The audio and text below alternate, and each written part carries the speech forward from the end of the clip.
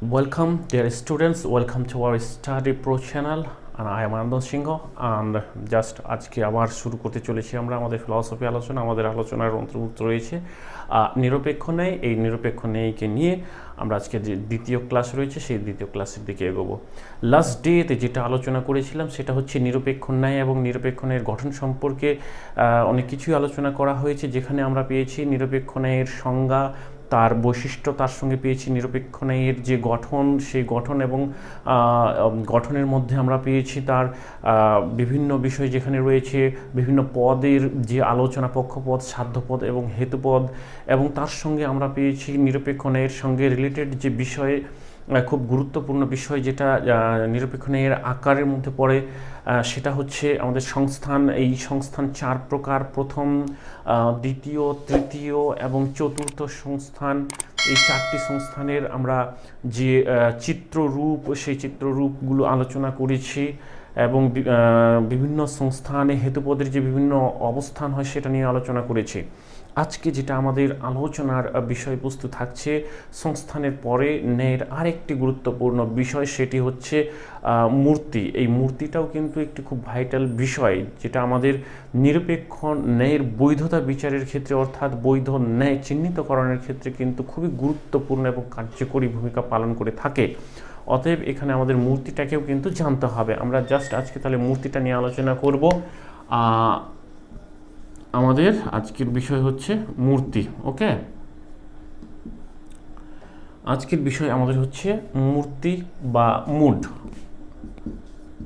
মূর্তি বা মুড, এই হচ্ছে আমাদের আজকের নিরপেক্ষ ন্যায়ের আলোচনার বিষয়বস্তু। আমরা কিন্তু আলোচনার মধ্যে যেটা রয়েছে সেটা হচ্ছে আমাদের নিরপেক্ষ ন্যায়।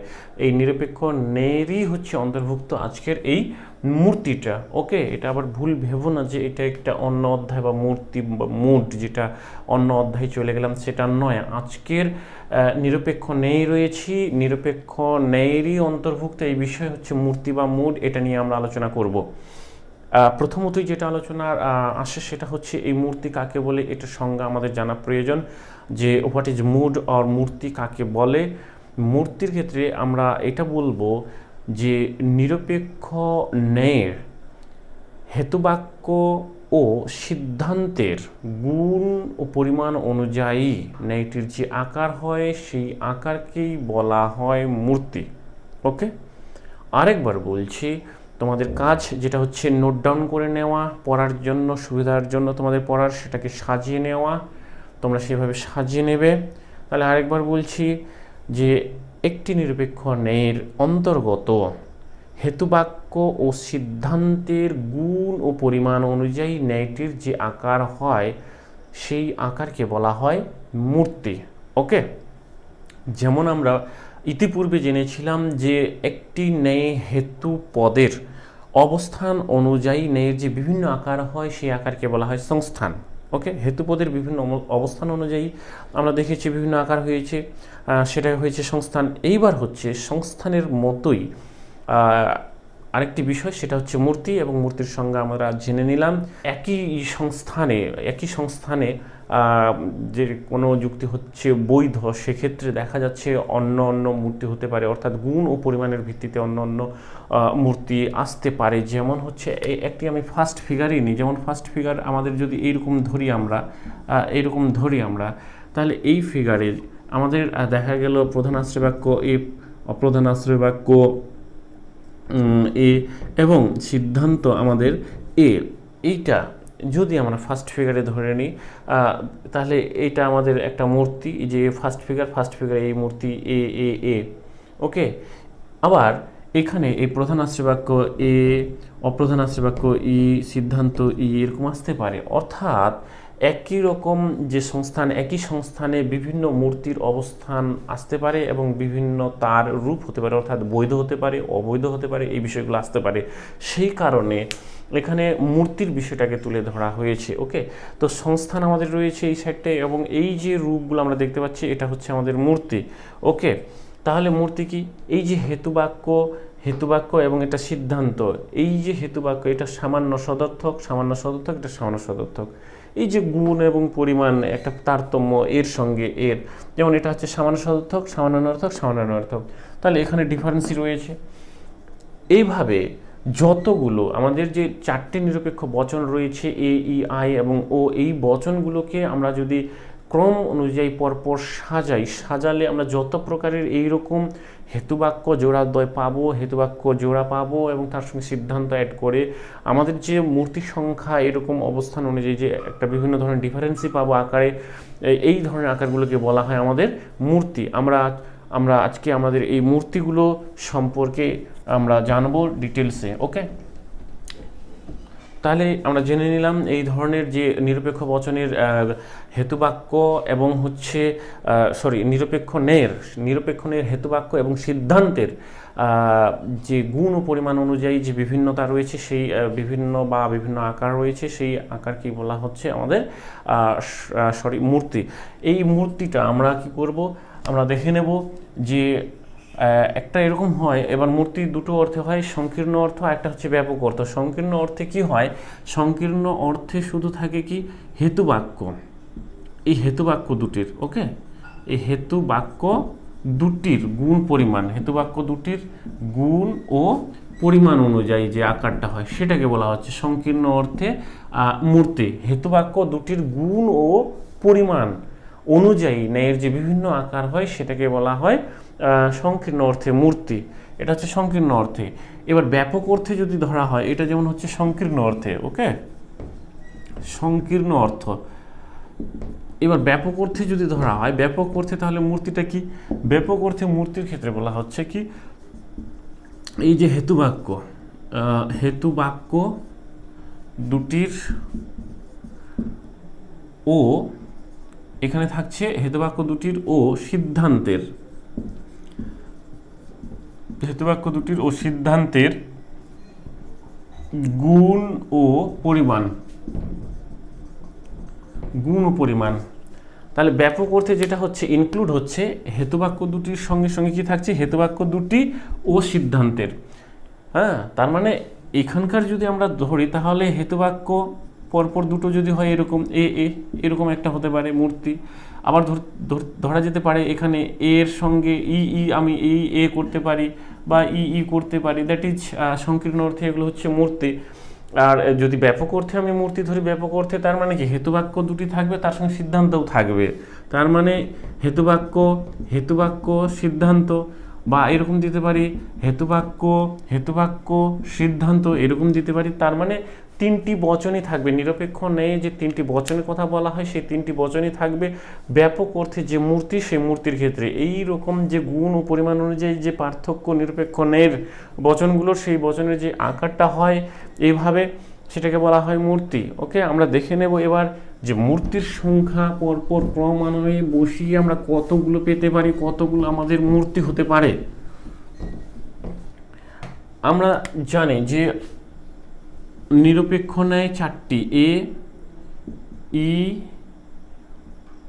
আই ও, এই হচ্ছে চারটে বচন।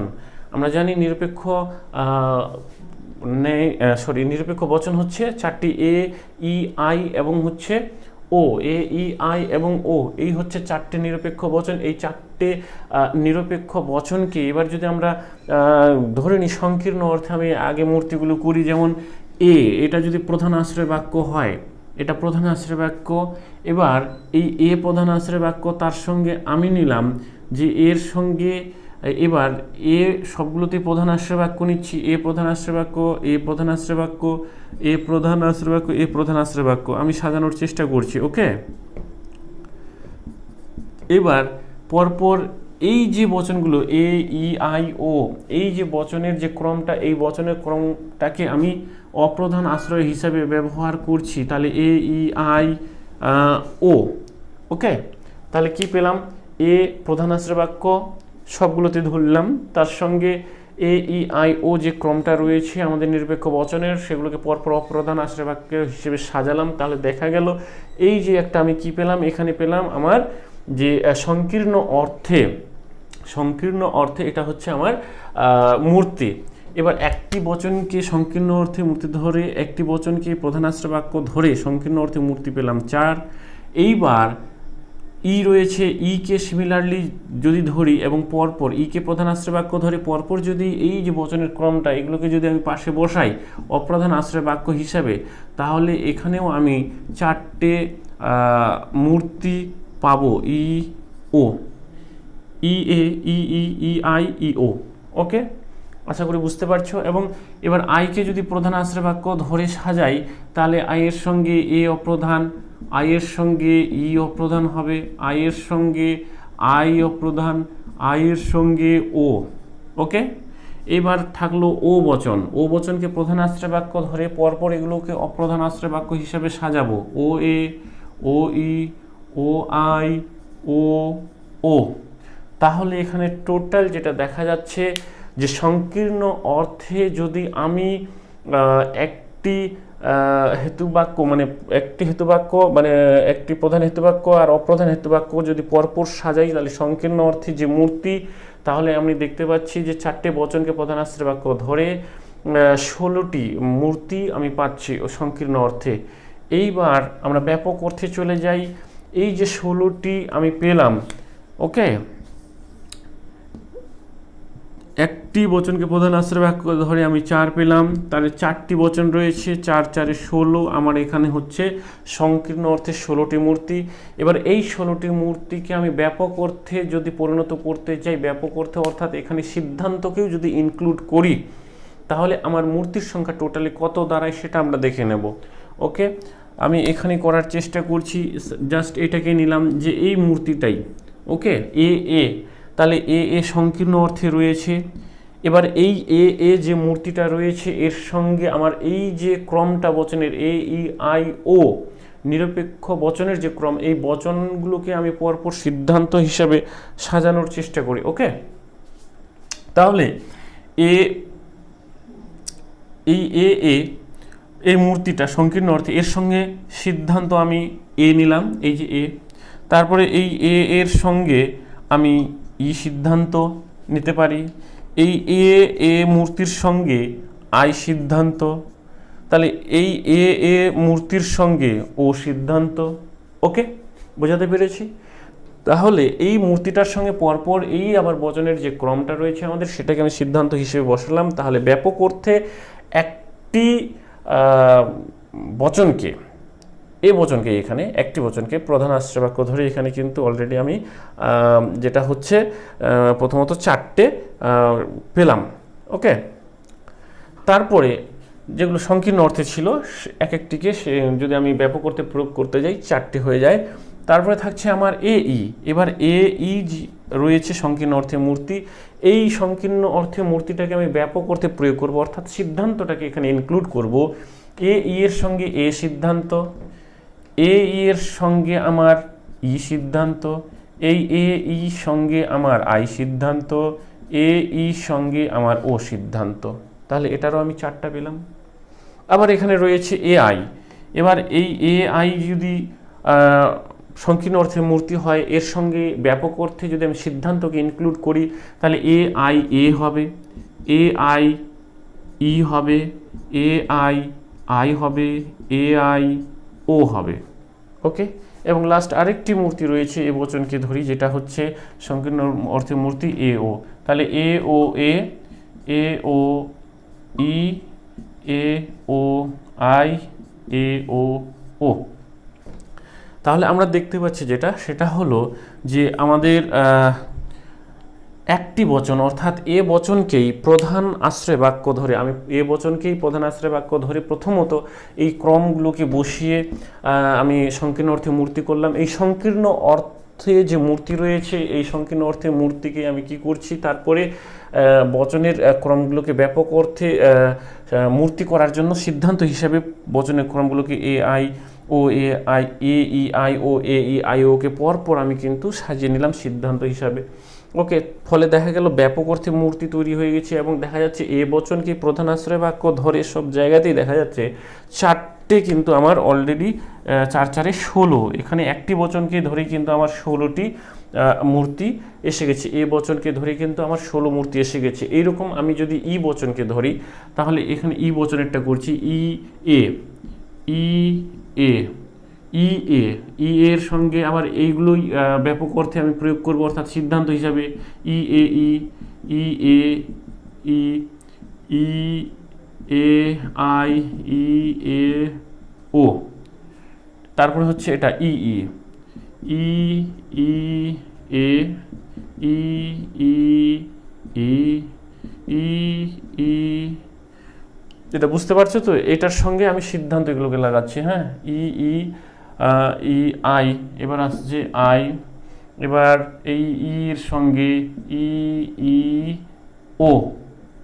ওকে, মানে পরপর যে মূর্তিগুলো আমার রয়েছে এই মূর্তিগুলোতেই আমি শুধু এ E I O A E I ও শুধু বসাচ্ছি। ওকে, ব্যাপক অর্থে এখানে শুধু ছিল আমার হেতুবাক্যগুলো, সংকীর্ণ অর্থে মূর্তি আমি ব্যাপক অর্থে প্রয়োগ করার জন্য এই যে বচনের ক্রমটা, সেই বচনের ক্রম অনুযায়ী সিদ্ধান্ত বসিয়ে ব্যাপক অর্থে প্রয়োগ করছি। আরও রয়েছে ই আই, এই ই আই এর সঙ্গে ই আই এর সঙ্গে এ সিদ্ধান্ত নিতে পারি, এই ই আই এর সঙ্গে ই সিদ্ধান্ত, ই আই এর সঙ্গে আই সিদ্ধান্ত, ই আই এর সঙ্গে ও সিদ্ধান্ত করা যায়। এবং লাস্ট আছে ই ও, এই ই ও এর যদি আমি ধরি ই ও এ সিদ্ধান্ত, ই ও মূর্তির সঙ্গে ই সিদ্ধান্ত, ই ও মূর্তির সঙ্গে আই সিদ্ধান্ত, ই ও মূর্তির সঙ্গে ও সিদ্ধান্ত, এরকম আনা যায়। এরপরে আমাদের থাকছে, এখানেও আমার 16টা হয়ে গেছে, এখানেও আমার 16টা। এবার আমার আইকে যদি প্রধান আশ্রয় বাক্য হিসেবে ধরে করি আই, তাহলে আই, এখানে এই মূর্তিটা রয়েছে আই এ, তাহলে আই এর সঙ্গে এ সিদ্ধান্ত, আই এর সঙ্গে ই সিদ্ধান্ত, আই এর সঙ্গে আই সিদ্ধান্ত, আই এর সঙ্গে ও সিদ্ধান্ত। এবার I I E A I E E I E I সিদ্ধান্ত, আই ই ও সিদ্ধান্ত। তারপরে আই আই আই আই এর সঙ্গে I I A I I E I I I I I O, এবং লাস্ট রয়েছে I O, এখানে I O A I O E I O I I O O. Okay, তাহলে I বচনকে প্রধান আশ্রয় বাক্য ধরে এখানে আমি 16টা মূর্তি পেলাম। এইভাবে ফাইনালি আমি যদি এই যে ও এ সংকীর্ণ অর্থে মূর্তি রয়েছে, এই যে ও এ ও ই ও আই ও ও, অর্থাৎ ও বচনকে প্রধান আশ্রয় বাক্য ধরে যে সংকীর্ণ অর্থে মূর্তি রয়েছে, এখানে যদি সিদ্ধান্ত হিসাবে এই যে বচনের ক্রম আমি যদি পরপর সিদ্ধান্ত হিসেবে বসাই, তাহলে এখানেও আমার 16টা মূর্তি বের হবে। তাহলে আমরা যদি টোটাল এবার মূর্তি সংখ্যা কাউন্ট করি, অর্থাৎ পূর্ণাঙ্গ রূপে ব্যাপক অর্থে মূর্তি আমাদের কতগুলো হয়, তাহলে একটা বচনকে ব্যাপক অর্থে প্রধান আশ্রয় বাক্য ধরে যদি ব্যাপক অর্থে মূর্তি তৈরি করা হয়, তাহলে একটা বচনেই হয়ে যাচ্ছে 16 16 16 16। তাহলে 4টা বচন রয়েছে এ ই আই ও। ওকে, তাহলে আমাদের কত হবে 16 × 4। তাহলে এখানে হিসেবটাতে যদি যাই 16 × 4 = 64। ওকে, তাহলে টোটাল মূর্তির সংখ্যা কটা? 64টা। ওকে, এটা আমি করলাম না, যে ও এর যে এটা রয়েছে এই জায়গাটা যদিও খালি আছে, তোমরা নিজেরাই এটা বসিয়ে নিও যে তোমরা পারছো কিনা ব্যাপক অর্থে মূর্তি। ওকে, এই ও এর সঙ্গেই এ সিদ্ধান্ত আনবে, এই ও এর সঙ্গে ই সিদ্ধান্ত, এই ও এর সঙ্গে আই সিদ্ধান্ত, এই ও এর সঙ্গে ও সিদ্ধান্ত, হয়ে গেল একটা লাইন শেষ। তারপরে ও এর সঙ্গে ধরবে, ও এর সঙ্গে এ সিদ্ধান্ত, ও এর সঙ্গে এই ই, ও এর সঙ্গে আই, ও এর সঙ্গে ও, এভাবে কিন্তু করবে। ও এর সঙ্গে ও এর সঙ্গে, এগুলো সিদ্ধান্ত হিসেবে বসাবে, দেখবে এরকম বেরিয়ে যাবে। ওকে, এটা তোমরা নিজেরা প্র্যাকটিস করে নিও। তাহলে আমাদের 4টা বচনকে প্রধান আশ্রয় বাক্য ধরে ব্যাপক অর্থে যদি মূর্তি তৈরি করা হয়, তাহলে আমরা যেটা পাই সেটা হচ্ছে একটাতেই আমরা পাই 16টা মূর্তি, এবং 4টা বচন যেহেতু রয়েছে সেই হেতু এখানে আমাদের মূর্তি সংখ্যা দাঁড়াচ্ছে 16 × 4 = 64টা। ওকে, এইবার 64টা মূর্তি আমরা দেখে নেব। এই 64টা মূর্তিকে আমাদের সংস্থান কটা? আমাদের সংস্থান রয়েছে 4টা, অর্থাৎ 4 রকম হতে পারে অবস্থান। এক একটা মূর্তি কোনো জায়গায় বৈধ হতে পারে, কোনো জায়গায় অবৈধ হতে পারে। এই যে আমাদের 4 রকম সংস্থান, যেমন এটা আমাদের হচ্ছে প্রথম সংস্থান, এটা আমাদের হচ্ছে দ্বিতীয় সংস্থান, এটা আমাদের তৃতীয় সংস্থান এবং এটা হলো আমাদের চতুর্থ সংস্থান। এইবার আমার কথা হলো যে এখানে 4 রকম হতে পারে, কোনো সংস্থানে বৈধ হতে পারে, কোনো সংস্থানে অবৈধ হতে পারে। এবার এই 4 রকম সংস্থানে এগুলো আমি দিলাম সিদ্ধান্তগুলো। ওকে, এইবার দেখা যায় আমি এই যে ব্যাপক অর্থে এটাকে নিলাম এ অর্থাৎ প্রধান আশ্রয় বাক্য, অপ্রধান আশ্রয় বাক্য, সিদ্ধান্ত। এর ক্ষেত্রেও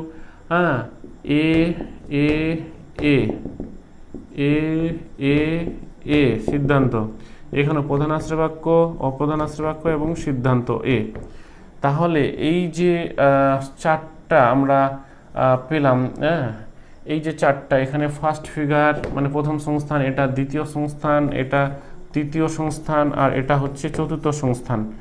4টা সংস্থানে কিন্তু 4 রকম আকার হয়ে যায়, অর্থাৎ কোনো জায়গায় বৈধ হয়, কোনো জায়গায় অবৈধ হয়।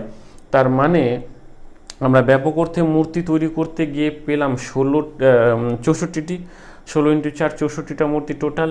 এবার এই 64টা মূর্তির এক একটা মূর্তি কিন্তু 4টে সংস্থানে 4 রকম হবে, অর্থাৎ কোনো জায়গায় বৈধ, কোনো জায়গায় অবৈধ। অবৈধ হলে বিভিন্ন জায়গায় বিভিন্ন দোষ হয়। যেমন এই যে এ মূর্তিটা ব্যাপক অর্থে 4টি সংস্থানে আমি প্রথম, দ্বিতীয়, তৃতীয় এবং চতুর্থ এই 4টি সংস্থানে নিলাম। কোনো জায়গায় এই জায়গায় বৈধ হবে, এই জায়গায় অবৈধ হবে, এই জায়গায় অবৈধ হবে, এই জায়গায় অবৈধ হবে, অর্থাৎ 4 রকম হবে। এই জায়গায় একরকম দোষ, এই দুটো জায়গায় অন্য রকমের দোষ হয়। এইবার এক একটি মূর্তি 4টি সংস্থানে, অর্থাৎ 64টা যে মূর্তি টোটাল আমাদের হলো ব্যাপক অর্থে 64, এই 64টা মূর্তি 4টি সংস্থানে 4 রকম হবে। তার মানে এখানে 64 × 4, যেহেতু 4টে সংস্থান রয়েছে টোটাল, এই 64টা মূর্তি 4টে সংস্থানে প্রয়োগ হবে এবং 4টে সংস্থানে প্রয়োগ হলে মানে তাদের 4 রকমের কত রকমের আকার হতে পারে? 64 × 4 256টা মূর্তি হবে। ওকে, 64 × 4 টোটালে 256টা মূর্তি হবে। ওকে, আশা করি বোঝাতে পেরেছি এখানে বিষয়টা, যে ব্যাপক অর্থে আমাদের 64টা মূর্তি হলো। এই 64টা মূর্তির প্রয়োগ এক একটা মূর্তি 4টা সংস্থানে প্রয়োগ হবে, অর্থাৎ 64 × 4, 64 4 হচ্ছে 256টা মূর্তি, 256 রকমের আকার হবে। এবং এইখানে আমরা যেটা শর্ট করে আমি বলছি যে বিভিন্ন যে মূর্তিগুলো পাবো বিভিন্ন সংস্থানে প্রয়োগ করার পর ন্যায়ের যে নিয়মগুলো রয়েছে সেখানে দেখা যাবে কিছু মূর্তি বৈধ হচ্ছে, কিছু মূর্তি অবৈধ হচ্ছে। এবং এই কিছুগুলোর মধ্যে যেটা দেখা যায় যে আমাদের 19টি মূর্তি বৈধ হয়। আমাদের যে প্রথাগত যুক্তিবিদ্যা রয়েছে এখানে ভ্যালিড যেটা হয় বৈধ, সেটা হয় 19টি এবং হচ্ছে 237টি আমাদের অবৈধ মূর্তি রয়েছে। অর্থাৎ এই মূর্তিগুলোর ক্ষেত্রে 237টা বিভিন্ন ধরনের দোষ হয়, শুধুমাত্র 19টা আমাদের প্রথাগত যুক্তিবিদ্যায় এই 19টা যুক্তি বৈধ হয়। আমরা এই বৈধ যুক্তিগুলোকে জানব, বৈধ যুক্তিগুলোর যে সংস্থান অনুযায়ী বিভিন্ন রূপ হয় এবং তাদের নাম রয়েছে সেগুলোকে আমরা জানব, 4টে সংস্থানে কীরকম প্রয়োগ হয়। তারপরে এগুলো অবৈধগুলোর যে বিভিন্ন দোষ হয় সেগুলো জানব। ওকে, আশা করি বোঝাতে পেরেছি। তাহলে এটা আমি মুছে দিচ্ছি, তোমরা নিজের এবার একটু এগিয়ে যাই, সামনের দিকে একটু প্র্যাকটিস করি। এই যে বৈধ মূর্তিগুলো বিভিন্ন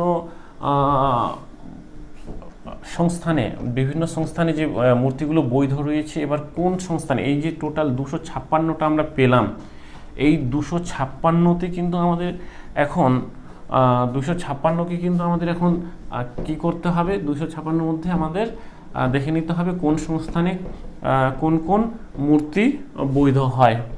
এখানে আমি যতগুলো আকার করলাম এই আকারগুলোর মধ্যেই আসবে। যেমন ধরে নিচ্ছি আমাদের যে ফার্স্ট ফিগার রয়েছে, এই যে প্রথম সংস্থান রয়েছে, প্রথম সংস্থানে কি রয়েছে? প্রথম সংস্থানে রয়েছে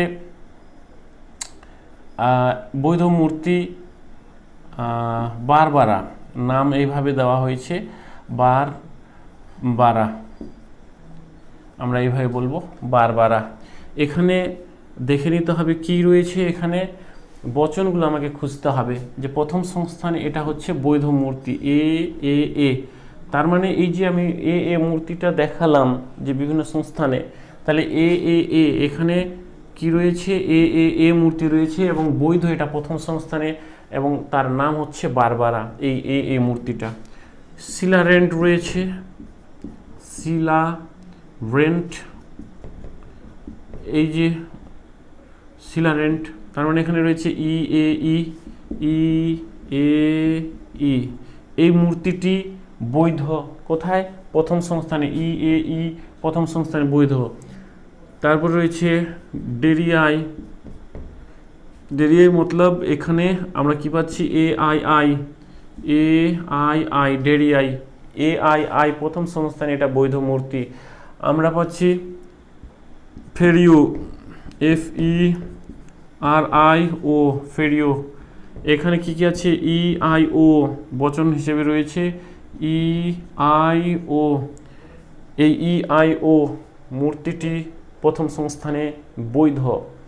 এবার আমরা দেখব দ্বিতীয় সংস্থানে, দ্বিতীয় সংস্থানে কি রয়েছে, আমরা দ্বিতীয় সংস্থানে দেখে নেব সিজারি, সিজারি, এখানে কি কি রয়েছে, ই এ ই ই এ ই, সিজারি কেমিস্ট্রেস, কেমিস্ট্রেস, এখানে রয়েছে এ ই ই এ ই ই, এই এ এ ই ই ই এ ই এইগুলো হচ্ছে দ্বিতীয় সংস্থানে বৈধ। সিজারি কেমিস্ট্রেস ফেস্টিনো, এখানে F E S Festino, T I N O Festino, okay, মানে E I O, E I ও ফেস্টিনো, এটা হচ্ছে দ্বিতীয় সংস্থানে বৈধ। বারোকো রয়েছে, B A R O CO, sorry এখানে কে হবে, বারোকো, না সিটাই হবে, বারোকো, তাহলে এটা হচ্ছে এ ও ও, এ ও ও, ওকে। সিজারি ফেস্টিনো কেমিস্ট্রেস, সিজারি কেমিস্ট্রেস ফেস্টিনো বারোকো, এই যে চারটে সংস্থান রয়েছে, এই চারটে সংস্থান হচ্ছে দ্বিতীয় সংস্থানে বৈধ। এবার আমরা তৃতীয় সংস্থানে যাব, তৃতীয় সংস্থান মানে থার্ড ফিগার রয়েছে ড্যারাপ্টি, ড্যারাপ্টি, এখানে কি কি রয়েছে, এ এ আই এ এ আই, এটা তৃতীয় সংস্থানে বৈধ। ড্যারাপ্টি ডাটিসি, এটা হলো এ আই আই এ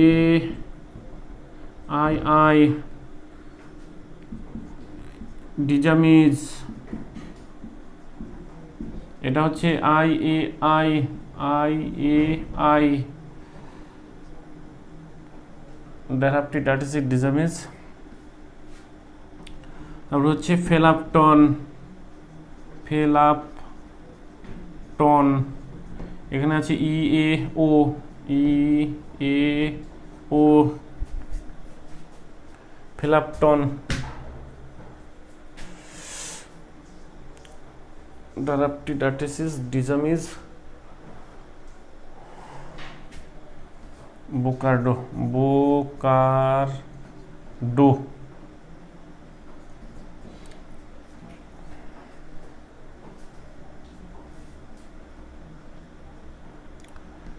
এখানে রয়েছে ই ও এ ও, ও এ ও, ওকে। এবং লাস্ট এখানে ছটা রয়েছে ড্যারাপ্টি ডাটিসি ডিজামিস, ফেলাপটন, বোকার্ডো, ফেরিসন, ফেরিসন, এখানে হচ্ছে ই আই ও, ই আই ও, তৃতীয় সংস্থানে এই ছটি মূর্তি হচ্ছে বৈধ। দ্বিতীয় সংস্থানে 4টি, প্রথম সংস্থানে 4টি, দ্বিতীয় সংস্থানে 4টি, তৃতীয় সংস্থানে 6টি এবং চতুর্থ সংস্থানে যে মূর্তিগুলো রয়েছে সেগুলো হচ্ছে এরকম।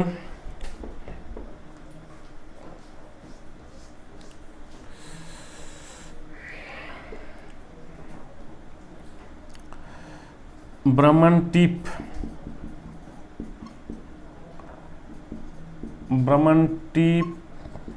তার মানে হচ্ছে এ এ আই, ডিমারিজ,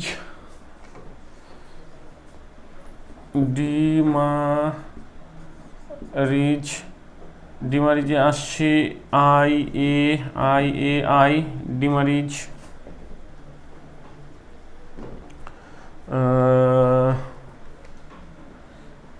ক্যামিনেস,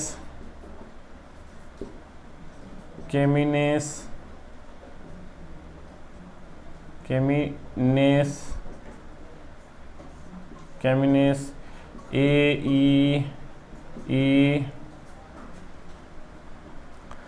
ব্রহ্মাণ্টিপ, ডিমারিজ, ক্যামিনেস, ফেলাপটন, সরি হয়েছিল ফেসাপো,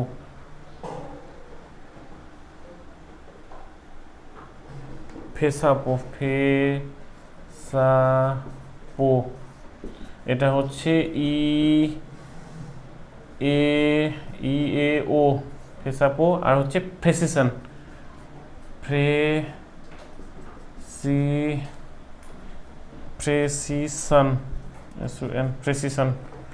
এটা হচ্ছে ই আই ও প্রেসিশন, 5টা। তাহলে আমরা মোট মূর্তির সংখ্যা কিভাবে এবার বৈধ মূর্তির সংখ্যা পেলাম।